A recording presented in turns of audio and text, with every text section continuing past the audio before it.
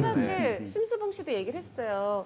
그 사람들이 막 전화를 했다는 거예요. 남자는 배, 여자는 항구가 외설스럽다. 너 그렇게 안 봤는데 이러냐. 몇 년 동안이나 이 사람들이 무슨 말을 하는지 몰랐고 그게 왜 금지되는지. 근데 왜 그러냐면 이 노래를 만들어진 자체가 친구분 중에 이제 이 외양 선언이 있는데 인천에서 남편을 배웅하러 가는데 본인이 같이 간 거예요. 그리고 이제 남편을 보내고 돌아오는 차 안에서 친구가 펑펑 울더라는 거죠. 그 애잔한 모습을 보면서 친구의 떠나가는 남편이 된 거고 내 그 남편을 하염없이 기다리는 친구를 항구라 표현한 건데 그걸 가지고 그걸 외섭스럽다고 상상을 본인은 할 수가 없었던 거죠. 근데 뭐 진짜 무슨 범죄자도 아니고 사실 어떻게 보면 증인인데 보호해줘야 될 증인인데 뭐 출국 금지도 당하고 여러 가지 정말 너무 힘드셨을 것 같아요. 어떤 일들이 있었습니까? 그래서 일단은 뭐 82년에 일본에 진출할 기회가 생겼어요. 예, 이제 예. 국내에선 활동을 못 하잖아요. 예. 출연 정지가 돼 있으니까. 그래서 NHK에서 워낙演歌도 잘 부르고 보이스 칼라도 좋고 그러니까 일본에서 한번 활동해보지 않겠느냐. 시범 삼아 무대를 하나 꾸민 거예요. 일본 가수하고. 예. 근데 나가려고 이제 준비했어요. 근데 어려서부터 또 일본어 공부를 했어요. 철저하게. 준비가 돼 있었네요. 웬만큼 돼요. 그러니까 네. 준비를 했는데 당신 못 가. 왜? 못 나가. 출국 정지가 돼 있는 거예요. 아니 뭘 출연 잘못했다고? 정지뿐만 아니라 그래서 못 나갔어요. 그래서 84년에 이제 비로소 저 출연 정지 다 풀렸어요. 대신 외국 나간 거는 87년에나 풀렸습니다. 50 정권이 끝나고 난 다음에 외국을 나갈 수 있게 됐어요. 그러니까 얼마나 아팠겠어요. 일본은 못 갔는데 또 홍콩이랑은 좀 인연이 있었던 게 가수의 길이 막히니까 그때 아낌없이 바쳤는데라는 영화의 주제곡만 부른 게 아니라 실제로 출연을 했었어요. 배우로. 이거 활동을 했는데 심수봉이 컴백했다는 이 효과만으로 당시 한 5만 명 정도를 모았는데 게다가 이 영화가 홍콩에 수출이 된 거죠. 예. 본인은 출국을 못하지만 영화는 나가게 된 거예요. 네. 그러니까 이분은 어떻게로든 이 연애 이게 엔터테이너로서의 길은 계속 또 운이 있었던 분인 거죠. 그러네요. 11.6을 예언한 심리학자가 있다. 전생에 너가 10월 26일 날 자살을 했다는 거예요. 두 번째 남자는 자기가 살던 여자하고 이혼도 안 하고 한 달에 막 한 서너 번 들어왔다고. 2004년에 이분이 사고로 사망하고 그리고 이제 세 번째 만난 분이 지금 현재 남편분. 김수봉 씨가 아주 집요하게 구애를 합니다. 남편을 생각하면서 만든 노래가 비날이라는 노래였는데 남편분도 그 자리에서 8번이나 불러달라고.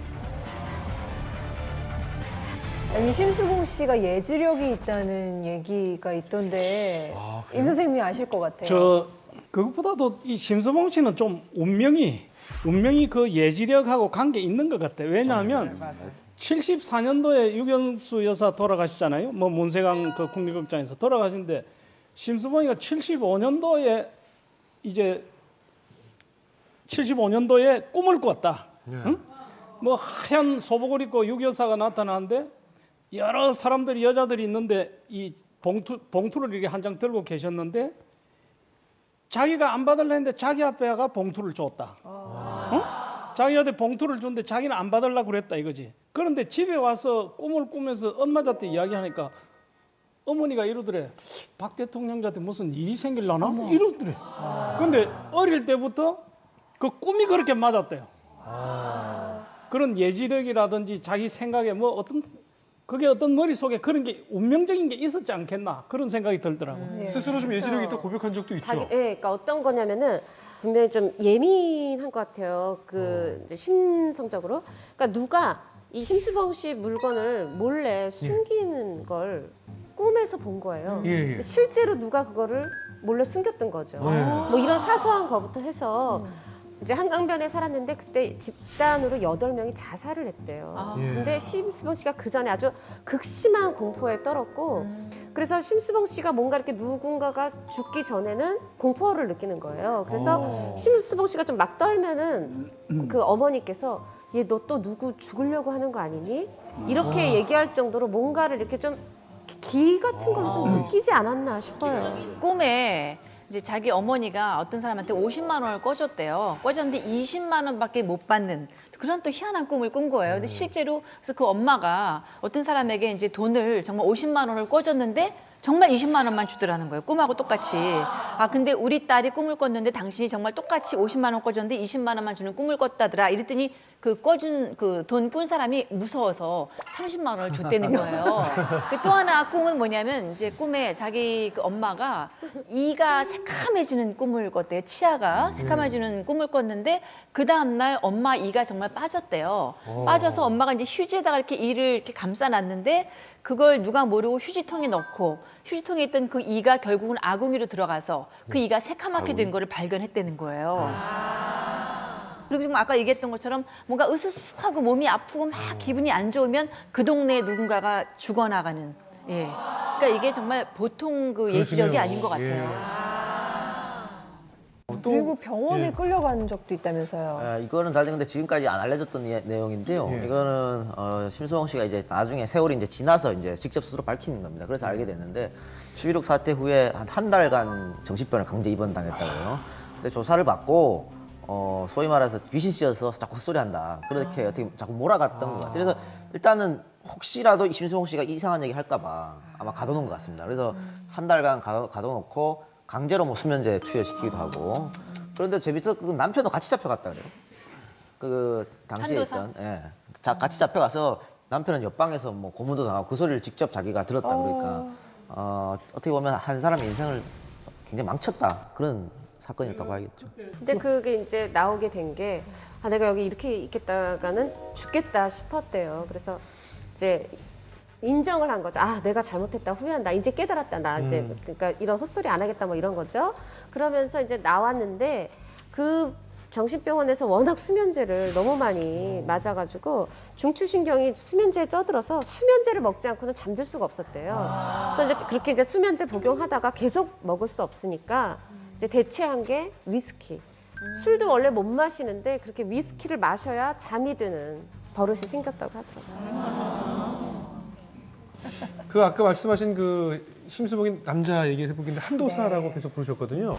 네. 저는 좀 생소한데 어떤 분이신가? 그 도사님. 네, 어머니가 얘기를 한 거예요. 야, 21육을 예언한 심리학자가 있다. 네. 그러니까 또 심수봉 씨는 본인도 이렇게 좀 예지력이 있는 데다가 그런 사람이 있다고 하니까 만나러 간 거예요. 근데 이 사람 얘기가 너가 왜 11육 장소에 있을 수밖에 없었냐면 전생에 너가 10월 26일 날 자살을 했다는 거예요. 그래서 그 시간에 너가 그 자리에서 죽는 걸 보든 그 자리에 있을 수밖에 없는 운명이었다. 이렇게 얘기를 한 거예요. 근데 이제 그런 얘기를 들으면서 오히려 심수봉 씨는 이걸 이렇게 무섭게 느낀 게 아니라 그러니까 이름도 수봉, 감당할 만하니까 이런 아주 힘든 일을 나한테 보여주고 또 운명이 나한테 보여주고 또 그러한 전생에 그런 일이 있어서 내가 그런 일을 맞이했나 하면서 오히려 마음이 편안해진 거예요. 그러면서 그렇게 마음의 심리 치료를 하고 다니고 하면서 가까워진 거고 그렇게 해서 이제 같이 살게 된 거고. 그분이 한도사예요. 네, 그 예. 사람이 이제 한도사고 그렇게 해서 이제 첫 번째 아들을 낳았죠. 예. 네. 정식 결혼까지 한 건가요? 네, 부인도 있었고 아이도 있었다고 네, 들었거든요. 그 한도사한테는 예, 부인도 있고 자식도 있었는데 또 심수봉 씨 좋아해서 그쪽도 이제 말하자면 이혼하고 정리하고 그렇게 해서 이제 첫 번째 남편분이 됐던 거죠. 그래서 소문이 그때 어떻게 났냐면 이 순진한 심수봉을 한도사가 이렇게, 깨었다. 뭐라 그러니까 그게 체면을 걸었다. 체면을 걸었다. 이런 뭐 갖가지 루머들이 많이 있었죠. 그렇게까지 만났는데도 이 만남이 오래가지 못했는데요. 예. 일단 두 사람이 만나고 혼외자를 낳은 거잖아요. 그래서 주변 따가운 시선 때문에 심수봉 씨가 더 활동하기가 힘들어지고 아이를 낳고 한 1년 정도 살다가 아이 낳은 후 보름 만에 나온 거예요. 이 남자와는 오래 결혼 생활을 지속하기 힘들 것 같고 본인도 사실 엄마로서 이게 완벽히 준비가 안 된 상태에서 아이를 가졌기 때문에 그 심수봉 씨가 나왔는데 이때부터 심수봉 씨가 밤무대를 나가기 시작을 했어요. 아이는 키워야 되는데 돈은 없고 그러면서 심수봉 씨가 또 한 번 인생의 전환기를 맞게 된 거죠. 그 딸을 밤무대에 낳고 나갔던 거기에 사장 분하고 재혼을 하게 되는 거죠. 그러면서 그분하고 9년을 살면서 이제 딸을 낳은 거고 말하자면 아까 그 한도사랑 낳은 첫 번째 아들을 요 재혼 과정에서 키우면서 그러니까 이제 살게 된 건데 그러니까 이분도 또 워낙 바빠가지고 한 달에 막 한 서너 번 들어왔다고 해요. 그래서 또 이런 잔정도 없고 하면서 이제 이 심수봉 씨는 그런 얘기를 했어요. 어렸을 때 자기가 아버지를 일찍 여의고 자기는 계속해서 아버지를 느낄 수 있는 따뜻한 품, 따뜻한 남자를 찾아서 계속 방황하고 방랑했던 시기였다. 그러니까 계속해서 이제 결혼과 재혼과 뭐 사망과 이런 걸 겪은 일에 대해서 이렇게 얘기를 했고, 두 번째 남자는 심수봉에 나중에 재판도 하고 했는데 그 사람이 심수봉 씨하고 그 자기가 살던 여자하고 이혼도 안 하고 심수봉 씨하고 그렇게 그 집 사실 살림을 한 혼을 거예요. 살한 거예요. 예. 그런데 심수봉이가 일본 사람을 잘 알아가지고 그 사람이 사업을 하도록 만들어준다고.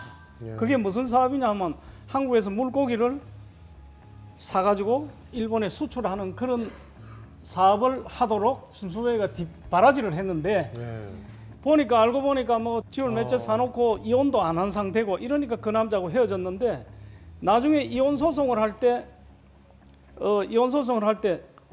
강남에 그때 아마 그 심수봉 씨 집이 있었는데 그 집도 자기 소유로 해달라.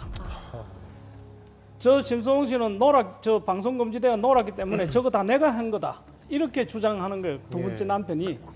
그래서 내가 그런 거 아니다. 그래도 레코드 회사에서는 계속 돈을 받고 있었다. 인쇄받아. 인쇄도 받고 했으니까 그거를 증명해 달라고 왔더라고.